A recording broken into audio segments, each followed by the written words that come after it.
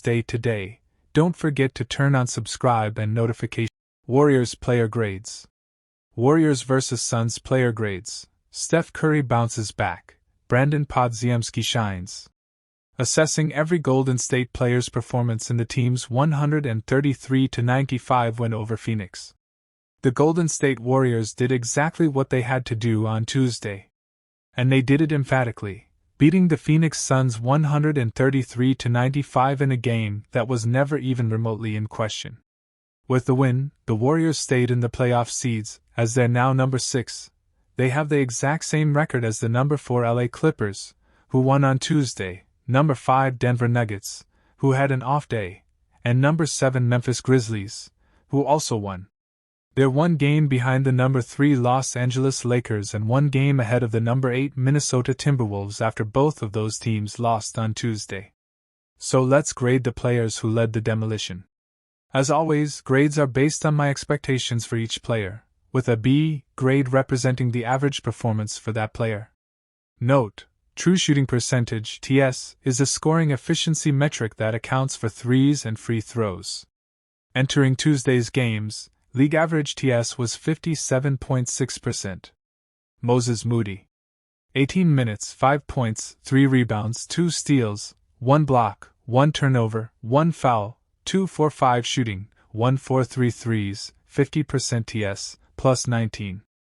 After a serious clunker on Sunday, Moody responded very well on Tuesday. It wasn't his most impressive statistical night, but my goodness did he make life absolutely miserable for Devin Booker, who shot 7-for-17 from the field, committed 5 turnovers, and ended with a game-worst plus-minus 32. Moody has turned into a sensational perimeter on-ball defender, which has really been an underrated part of making the Andrew Wiggins for Jimmy Butler 3 swap work. Grade A. Jimmy Butler 3. 20 minutes, 10 points, 2 rebounds, 3 assists, 2 steals, 2-for-4 shooting, 6-for-7 free throws, 70.6% TS, plus 22. If the Warriors are to get where they want to go, then at some point they'll need Wiggins to become a star scorer. But they haven't needed that lately, and there are few players in the NBA who can be a low-scoring star the way that Butler can be. Grade B+. Draymond Green.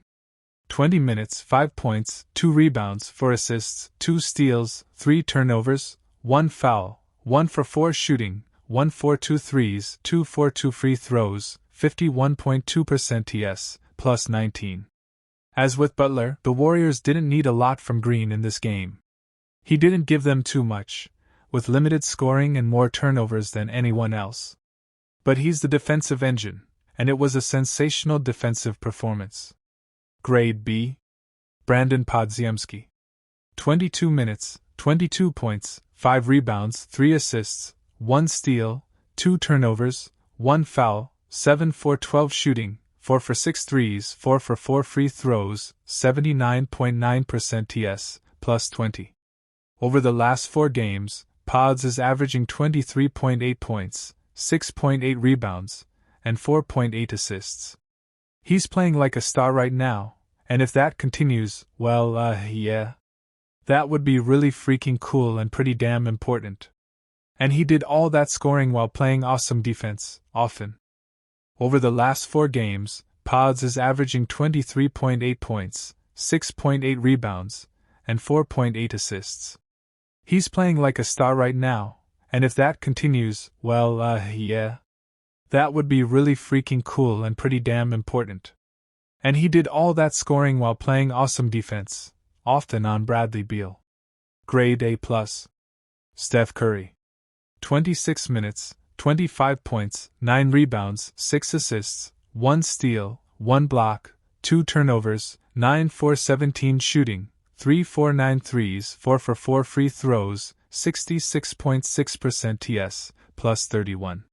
Curry was in complete control of this game. Complete control. Got wherever he wanted. Did whatever he wanted. Sat the fourth quarter. Didn't take long to forget about Sunday's 3-point game, did it? I'm giving him a perfect grade not because it was his best game, but because of the sense that he could dial it up even more if he needed to at any moment. Grade A+. Post-game bonus. Led the team in points and assists, tied for the team lead in rebounds, best plus-minus on the team. Buddy Hield. 21 minutes, 7 points, 4 rebounds, 1 assist, 1 foul, 3 for 8 shooting, 1 for 6 threes, 43.8% TS, +9. Not the best Buddy game. His defense was decent, his shooting was poor, and his rebounding was nice. He's providing good energy and selflessness lately, though. Grade C+. Jonathan Kuminga. 21 minutes, 10 points, 3 rebounds, 3 assists, 2 turnovers, 2 fouls, 4 for 9 shooting, 0 for 2 threes, 2 for 2 free throws, 50.6% TS, +9. Kuminga is still not quite back to where he was pre-injury, which I think is a rhythm thing, as well as adjusting to the new style and schemes since the addition of Butler. He's still explosive, and trusting his body, so it seems that he's fully healthy, it's just not quite clicking at the moment. I liked what he did on defense, and working in the system to create good looks for his teammates. Grade B. Guy Santos. 21 minutes, 7 points, 9 rebounds, 3 assists, 2 steals, 1 block, 1 turnover, 3 for 7 shooting, 1 for 4 threes, 50% TS, +15. I don't think many of us expected that by the end of the year, Santos would be playing a huge and critical bench role for a Warriors team fighting for home court advantage. But he's proven an indispensable part of the rotation, as the team's stars keep reminding us. His defense and energy is absolutely vital for the team that the Warriors have become. And has activity in the offense, the non-stop cutting, screening, and passing, is huge. Grade A. Post-game bonus, tied for the team lead in rebounds. Kevin Looney. 14 minutes, 2 points, 4 rebounds, 1 assist, 1 steal, 2 fouls, 1 for 4 shooting, 25% TS, +13. The Warriors certainly didn't need Looney in this game, but it still is shocking how in control they always seem to play when he's on the court. He just calms everything down. Grade B. Tracy Jackson-Davis. 19 minutes, 13 points, 8 rebounds, 1 assist, 1 turnover, 1 foul, 4 for 5 shooting, 0 for 1 threes, 5 for 7 free throws, 80.4% TS, +9. Want to know how to impress your teammates? TJD just showed you how. Jackson-Davis has been out of the rotation for quite a while now. That's a tough pill to swallow for any young player, but harder still when it comes after you felt like you established a role on the team, and then lost it to a rookie. Yet even though he's been out of the rotation for more than 2 months, he was ready when his name was called. Quinton Post was a late scratch due to illness, and Jackson-Davis took over Post's regularly scheduled second-quarter minutes, and flat-out dominated. Phoenix had no answer to his athleticism and rim-rolling, except for to foul him, and he did WL at the charity stripe. He ate up rebounds and protected the paint. He only missed 1 shot, and it was a light-the-cigar 3 with 10 seconds remaining. He stayed ready. What a pro, and what a performance. Don't think for a second his coaches and teammates didn't notice. Grade A+. Pat Spencer. 12 minutes, 10 points, 2 rebounds, 4 assists, 3 turnovers, 4 for 6 shooting, 2 for 3 threes, 83.3% TS, +4. The blowout gave Spencer some extended garbage time, and my goodness did he run with it. He played so well. Grade A. Kevin Knox 2. 9 minutes, 10 points, 2 rebounds, 1 assist, 1 foul, 3 for 6 shooting, 1 for 3 threes, 3 for 4 free throws, 64.4% TS, +9. Great to see Knox get a good chunk of minutes too. Hooray for blowouts giving us ample garbage time. Knox definitely made the most of his minutes, and reminded us of his scoring ability. Grade A. Jackson Rowe. 9 minutes, 6 points, 3 rebounds, 1 assist, 1 steal, 2 for 2 shooting, 1 for 1 threes, 1 for 2 free throws, 104.2% TS, +9. And hey, Rowe got some extended minutes too, and showed off his scoring ability as well. Grade A. Braxton Key. 7 minutes, 1 point, 1 rebound, 2 steals, 0 for 4 shooting, 0.41 threes, 1.42 free throws, 10.2% TS, +2. He got into just his second game as a Warrior, and scored his first point with the team. Nice seeing him out there, and picking pockets. Yes, once again you welcome to Golden State Warriors news today.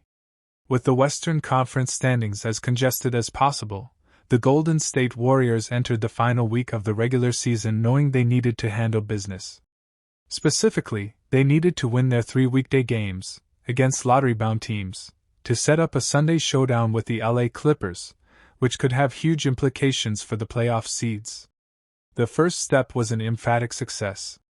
The Golden State Warriors headed to the desert for their penultimate road game of the year. When the schedule was first set, an April game against the Phoenix Suns projected to be vital for both teams.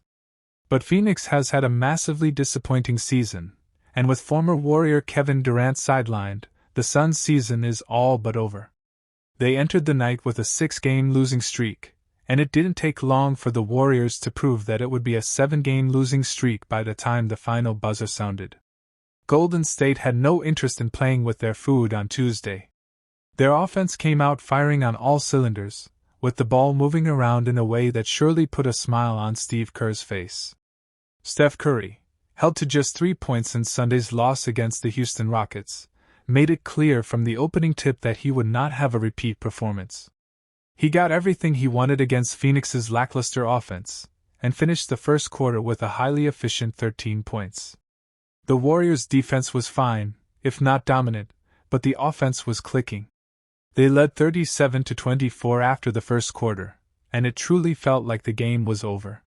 Phoenix never did anything to challenge that presumption. The second quarter started in dominant fashion for the Warriors, with their defense locking down, forcing turnover after turnover. Bradley Beal and Devin Booker, who combined for just 28 points on 25 shots, plus 7 free throw attempts, had no answers for Golden State's fast-reacting, hyperactive defense. Golden State's offense matched the defensive output. With Quinton Post a late scratch due to illness, Tracy Jackson-Davis got some early minutes and looked fantastic, giving the Warriors an athletic rim-rolling presence that Phoenix both had no answer for, and seemed to have no interest in having an answer for. The offensive rebounds and buckets piled up for the Warriors while the turnovers and missed shots piled up for the Suns.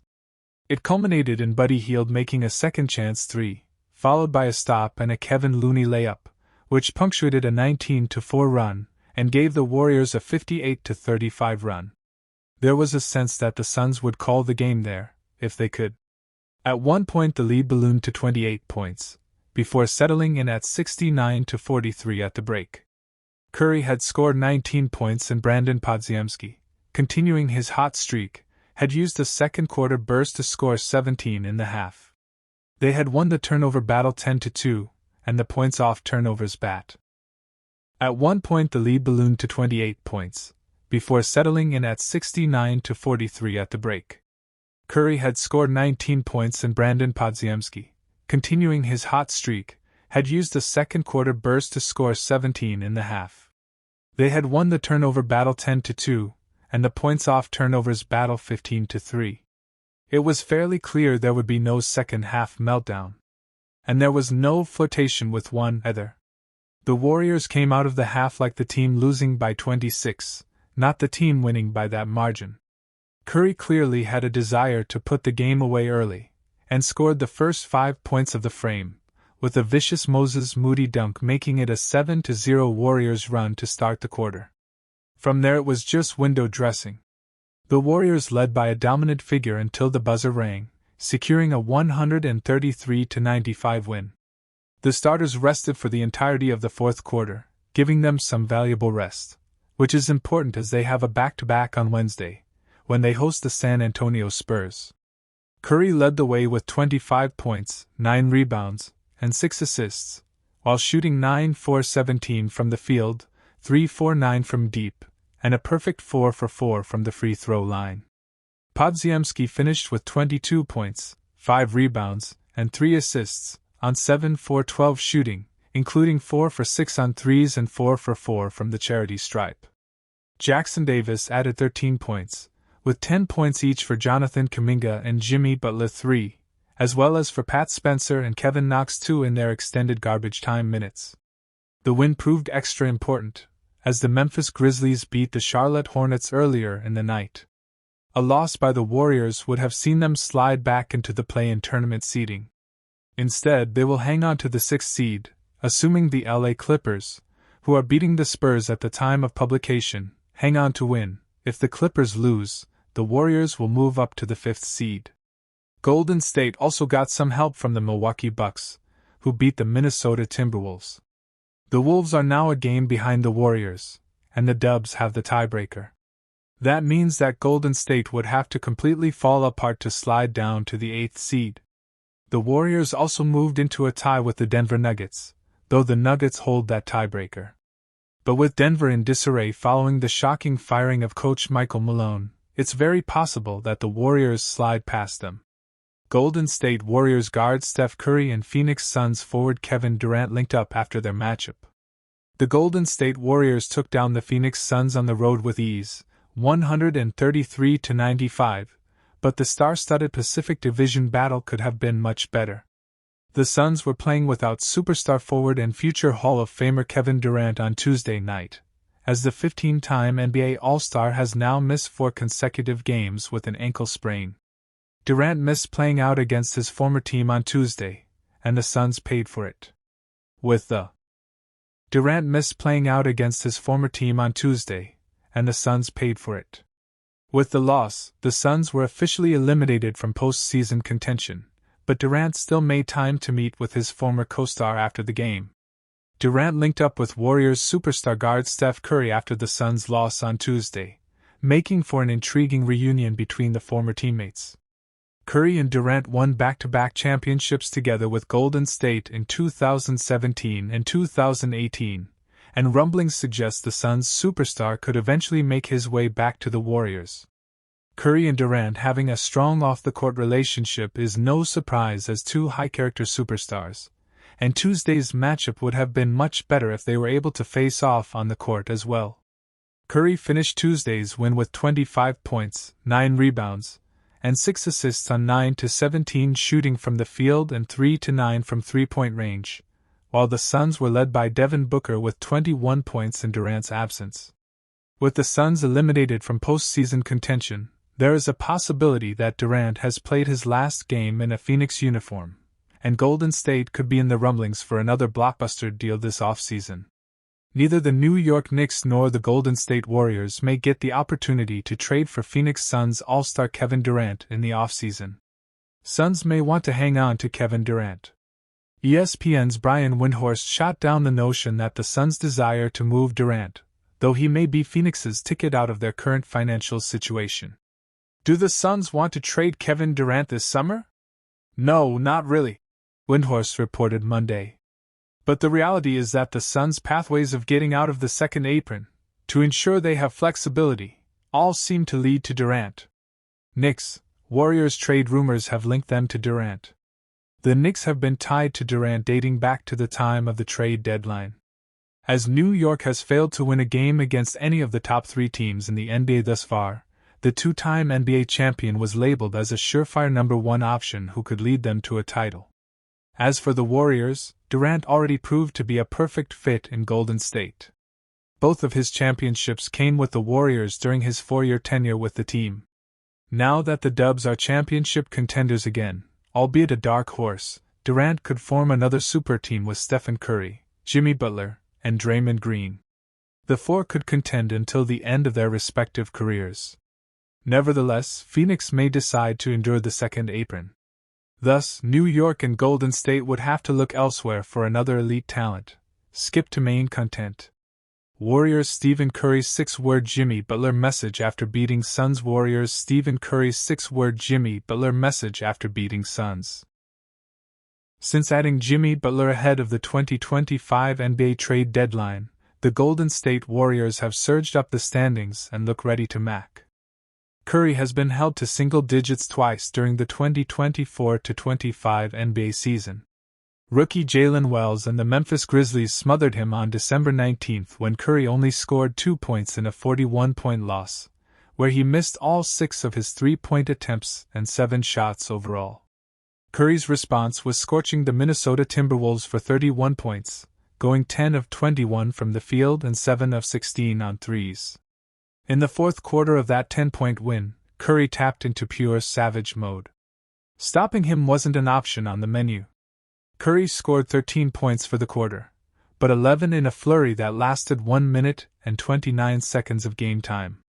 The second time was Sunday when a combination of Amen Thompson, Dillon Brooks, Fred VanVleet, and the Houston Rockets' bully ball defensive game plan held Curry to 3 points, making one of his 8 three-point attempts and missing both 2-pointers he tried. Within the first 5 minutes Tuesday, Curry had surpassed the total points he scored the previous game. The bounce back is real. Curry didn't take a shot in the first 6+ minutes of the game, and then scored 13 points in the next 4 minutes and 40 seconds. At halftime he was up to 19 points on 7 of 12 shooting. At the 3:30 mark of the third quarter, his night was done with the Warriors up by 32 points. Curry in 26 minutes scored 25 points. He was a plus 31 with 9 rebounds and 6 assists, and shot 9 of 17 overall, as well as 3 of 9 on threes. I loved how Draymond Green, Steph Curry, and Jimmy Butler and our vets really established the tone, Coach Steve Kerr said. Even before the game started at shoot-around, they were locked in and it showed right from the onset. There wasn't a Thompson twin or Dillon the Villain or a VanVleet on the floor. Not a Tari Eason too. The Warriors picked on any defender they wanted from Phoenix's 27th-ranked defensive rating, 23 slots below Houston. All Bradley Beal could do was laugh when Curry hit him with his famed look-away three-pointer in the first quarter. But this is what Curry does. When the Warriors got crushed by the Cleveland Cavaliers one game after a big win over the Celtics in Boston, Curry responded with 36 points in a statement win against the Oklahoma City Thunder. After scoring just 10 points on 2 of 13 shooting in a loss to the Indiana Pacers on December 23, he dropped 38 points and made 8 threes against the Los Angeles Lakers on Christmas. He closed 2024 with a clunker of 11 points in another loss to the Cavs, and then opened 2025 with 30 points and 8 threes to smack the Philadelphia 76ers. The game prior to him making 56 points appear in front of the Orlando Magic, Curry only scored 15. 1 week ago he gave the Grizzlies 52 points, a game after scoring 13 while the Warriors had 0 problems playing the San Antonio Spurs. Every all-time great has something special the eye can't see. It lives inside, not only in heart and head but as the central nervous system to the soul. A game that doesn't.